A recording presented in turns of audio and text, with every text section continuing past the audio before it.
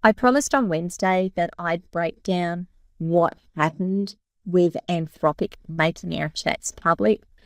I'm going to do that today. I'm going to go through what happened, how it happened, and the things that you need to think about as business owners to make informed decisions to keep your information safe. Stay tuned. Welcome to Rise and Shine, your daily business tech boost with me, Charly Leetham. If you're a small business owner looking to simplify technology and get real, actionable advice from someone with 35 years of IT experience, you're in the right place. Every episode, I'll dive into tools and systems like email, CRM, marketing and tracking, and I'll break them down into bite-sized tips you can use straight away. Your time is valuable, so let's get straight to the point. It's time to work smarter, not harder. Rise and Shine. It's your dose of business tech inspiration with me, Charly Leetham. Episode number 749. It is Firewall Friday, and I'm going to keep my promise from Wednesday. I actually debated whether I wanted to do this episode. There's a lot to unpack in it.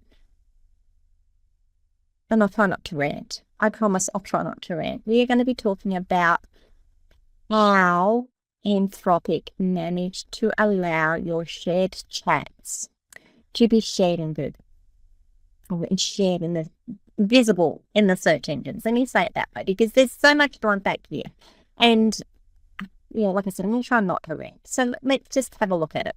If you go back to Wednesday's episode, I actually share how you can unshare your chats in Anthropic, in Claude, because someone on Reddit managed to find all of the shared chats listed in the search engines, which means that once you see that link in the search engines, you can click on it and you can go to it. And I'm going to explain how that happens and why that happens, and then unpack a bit and then explain what it means to us as normal people who really, we shouldn't have to think about this sort of stuff. Like I said, I'm going to try not to rant. I really am going to try not to rant. Okay.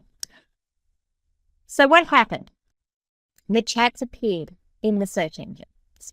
You could go to Google and type in site:claude.ai, hit enter, and you would just get a list of pages from Claude AI, and that would be Claude AI, Claude.ai /something/long string of numbers and text at the end of it, character and text at the end of it.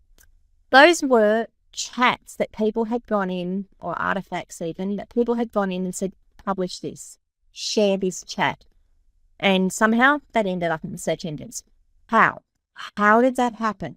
Why does that happen? Well, let's understand a few things around the basics of how all this works.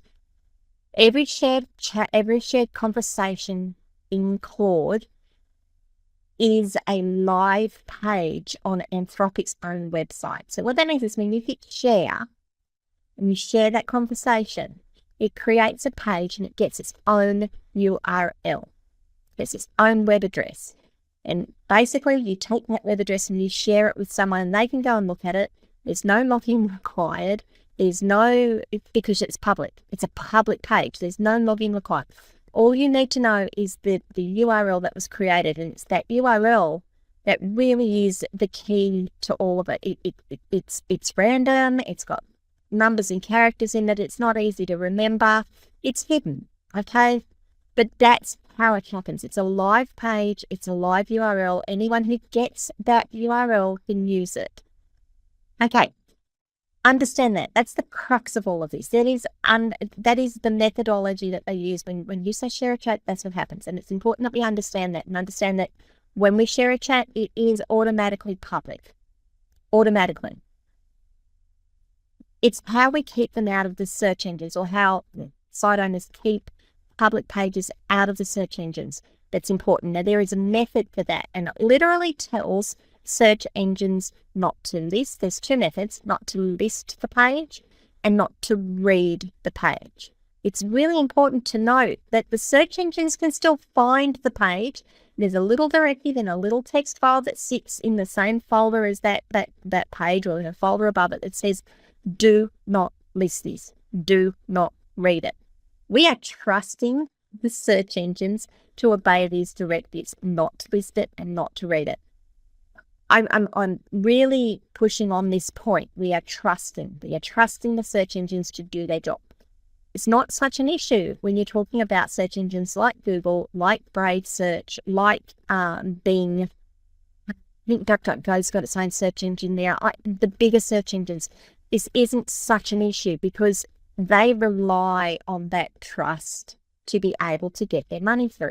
There are other search engines out there, though, that don't maintain that trust. So whilst I'm talking about, this is how it happens and this is how we protect that, they protect us by putting these directives in these folders, please understand that it's not just these search engines that use these techniques to find our stuff. All right, I'm just going to put that to the side because there's not much we can do about it, but it's worthwhile understanding it. What happened, however, with Anthropic and Claude, they got the method wrong. They told Google not to read the page. They didn't put in the directive not to list it. So Google and the search engines, I'm blaming Google here, but it's not just Google. All the search engines did it. They crawled the site. They found these public pages. They went, the directive says don't read it, but we can list it. So they listed it. They did what their job was. This isn't the search engine's fault. As much as I might get upset at Google at times, it's not their fault. They did exactly what they were told to do. They didn't open the pages, they didn't read them, but they listed them anyway because they weren't told not to. Their directives is find a page, list it in the search engines. Unless it says don't do it, list it in the search engines, and that's what they do.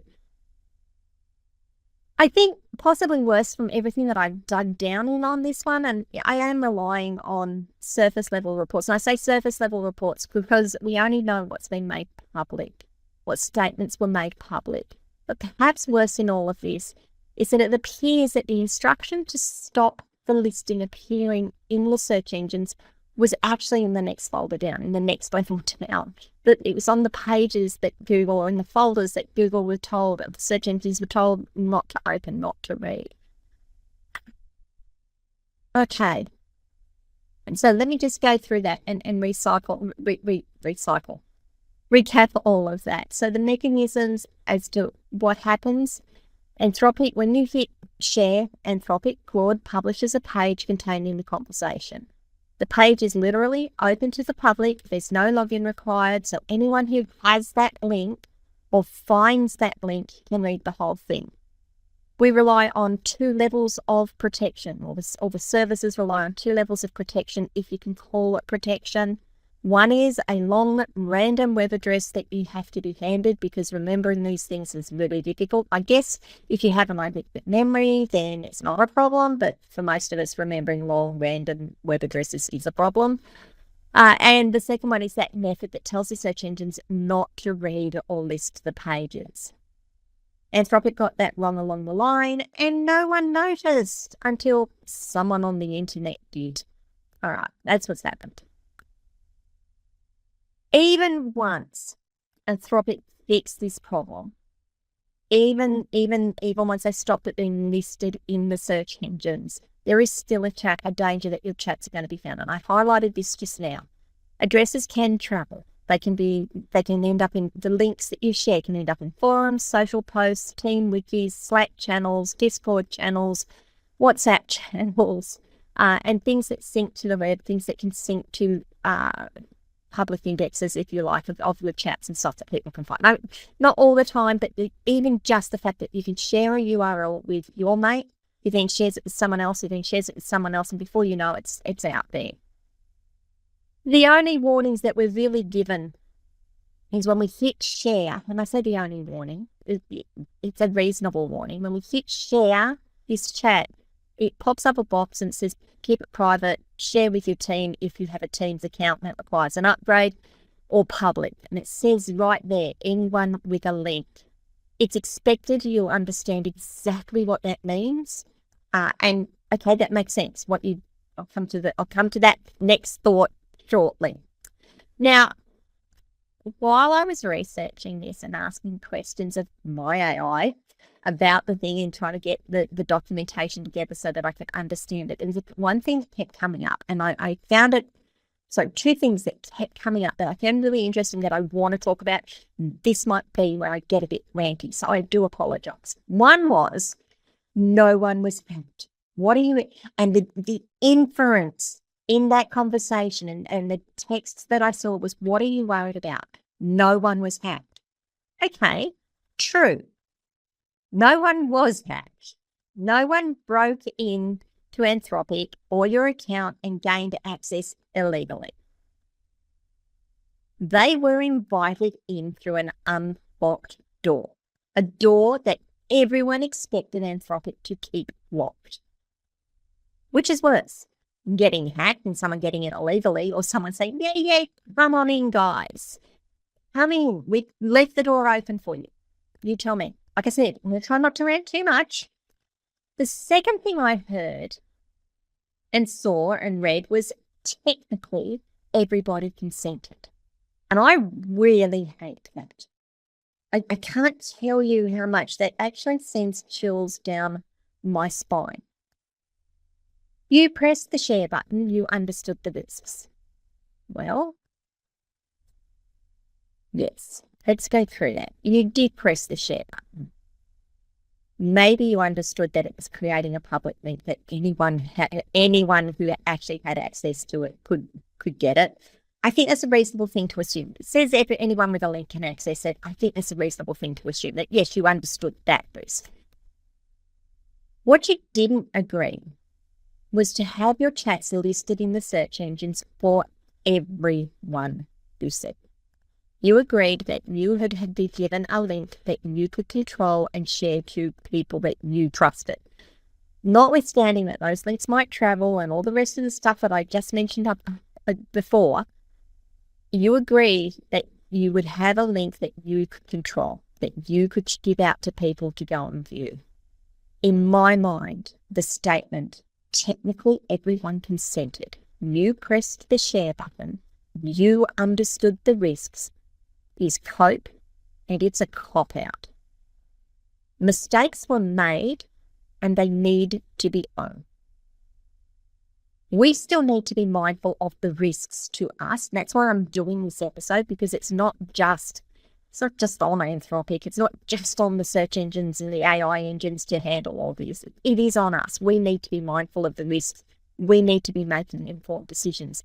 But it is cope and cop out to say, we knew what the risks were. What are you upset about? And that annoys me. You can tell it annoys me. Yeah, this is where my trust gap comes into it. We have a trust that the services we use are going to provide us with a particular level of protection. In this case, Anthropic didn't earn the trust. Well, in fact, Anthropic earned a trust that it didn't actually build in the plumbing, the infrastructure to deserve it. And that worries me. Okay. I'm going to move on, trying not to rant too much. This isn't the first time this has happened, by the way, and it's not just Anthropic. And I know I'm going hard on Anthropic here, and what they did was negligent. But it's not just Anthropic. So let's just go through the things that I found that have happened in the past 12 months-ish. Meta AI in mid-2025, on their interface, the share button posted chats to a public Discover feed with your name and photo attached. It provided things like medical and mental health, custody, and legal matters in those chats. OpenAI mid-2025, there were over 4,500 ChatGPT conversations indexed in Google despite the share feature being opt-in with a warning. And finally, OpenAI had to pull it entirely. Now, I just actually want to dig into that one a little, because this one fascinated me. It was OpenAI built make this discoverable option. It was designed to put shared chats into search results. It was absolutely opt-in. You could pick a chat, you could tick a box, and you would get a warning saying that it could appear in search. People still check those boxes anyway. OpenAI I think they did the right thing. They've actually removed the option entirely, and they called it a short-lived experiment that created too many chances for accidental sharing. Why? Because human nature is human nature. We are going to share things. We're not going to read warnings. Who reads warnings? August 2025, an organisation, 404 Media, reported a researcher scraping around 100,000 shared ChatGPT conversations found in public listings. I don't know if they're related to that other one or not. I don't know how they found it. I don't know much about it. All I know is that they did find about 100,000 shared ChatGPT conversations in search engines. They found them. August 2025, XAI. Forbes found more than 370,000 Grok conversations in Google. These results included medical questions, personal details, and at least one password. Now, I don't know how they found them. I'm assuming they use similar things, similar tools, similar methodology as to the Reddit user, but I can't comment. I can't comment on exactly how they did it. The point is that they're appearing in the public listings. Anthropic in September 2025. Forbes reported just under 600 Claude conversations indexed, and their answers, and their answer back then was to block search engines from crawling their site. Well, now that's fine until someone makes a change that isn't reviewed fully. Look at what just happened. They didn't stop search engines crawling their site. In fact, in this case, this last one, the search engines were clearly indexing their site and crawling their site. So, it's change control. It's human error. It's making sure that you are ticking all the boxes as you go along, and mistakes can be made. What does that mean for us? I want to try and draw this all together now. Well, first of all, we really never agreed to an unlimited audience. When we share our chats, we never really agreed to an unlimited audience. We agree to share to people that we want to share with. It's not the same thing. Removing a listing only removes the signpost and not the page. So every link ever created still opens today, and only the person who made it can switch it off. Now, what I mean by if you've still got a shared chat, the URL for that shared chat still exists. And if someone's managed to download those results from Google before the issue is fixed, they can still go and start looking at chats and pulling information out of them. It's not great. They might have even taken copies while the pages were listed. Nobody can recall those. And sorry, I don't mean to stutter. And Anthropic can't tell us how long that window was open. To me, this is a major concern. More of a concern. This is a pattern. It's not just a pattern with Anthropic. It's a pattern across all of these engines. That is something that we need to take on board and work with and make informed decisions in the light of that information. What do I recommend? Okay, I need you, every time you're going to hit share this chat, I want you to read what it means. I want you to read that share in the AI tools means publish permanently to everyone. I think that's the best way of handling it. The second thing is, unless you really, really, really want to share chats with people, I'd be getting your chat bot, your chat interface, to summarize the conversation into a document that you can share more securely, that you can control. Don't share the chat, share the guts, share the information that the chat gives you. I don't know if people want to read streams and streams and streams of the chat anyway. It's up to you, but that's what I'd be recommending. The last thing I'm going to recommend is go back to Wednesday's episode, review your shared chats and artifacts, and remove everyone that doesn't need to be public. Next, review those shared chats and check what you have listed as passwords, if you've put any passwords, if you've put any API keys in, if you've put any personal data in it, and take action to protect yourself. Change passwords, reset API keys. It's a pain. This is why it's so important to us. It is a pain. You're going to have to go through and do it. Well, maybe you don't have to go through and do it. Maybe you just wanted to run the risk that someone's going to find your password and hack your account because it's out there in public. Not trying to be blasé about it. There's just not many options. All right. It's not a great episode. I did try not to rant. I am pretty concerned that we're still doing this. I mean, I'm laughing a little. It's always happened. It's always something that goes on across time, where we trust systems, we share information, we do things that perhaps we shouldn't do, and then hindsight is 2020. All right, hindsight vision is 2020 vision. We go back and we go, oh, maybe you shouldn't have done that. We know now. You know now. Well, hopefully after listening to this episode, you know now, and hopefully you can make some informed decisions. So hopefully you can look at that trust gap and decide whether the service, the platform, the application has deserved the trust and is doing things to deserve the trust that you give it, or whether you need to be a little bit more careful about what you're doing. I'd love to know what you think. Leave comments wherever you're watching or listening to this video. Is this sort of information useful to you? Do you want to see more of it? Do you want to not hear more of it? I just let me know. I'd love to understand where people are at with this sort of information. If it was useful, please like the episode and share it with a friend. Lots of people are using these tools now. Please share it out there. Let them make their own informed decisions.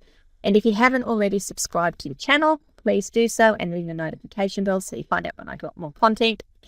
If you need help with your tech in general, I don't need to stop and pause like that. If you need help with your tech in general, particularly web-based tech, that's what I do. I am a tech wrangler. I help small businesses manage their tech. I offer a free 30-minute breakthrough session, one per client/customer. You can book that if you go to askcharlyleetham.com. Click the bright pink button in the top right-hand corner, and it'll pop up a form and you can book your session in. If you've already used your session and you want to keep working with me, get in touch. I have lots of options available, and we can work out the best package that is mutually beneficial for all of us. All right, guys, that's it for this episode. I'll see you Monday with a Mindset Monday episode. See you later. Bye. Hey there, thanks so much for tuning in to Rise and Shine, your daily business tech boost. I hope today's episode gave you some actionable insights that will make your business tech work smarter for you. If you found value, be sure to subscribe, leave a review, and share it with other small business owners who could use a daily boost. For more tips, tools, and resources, visit www.askcharlyleetham.com. Until next time, keep rising, keep shining, and let's make tech simple together.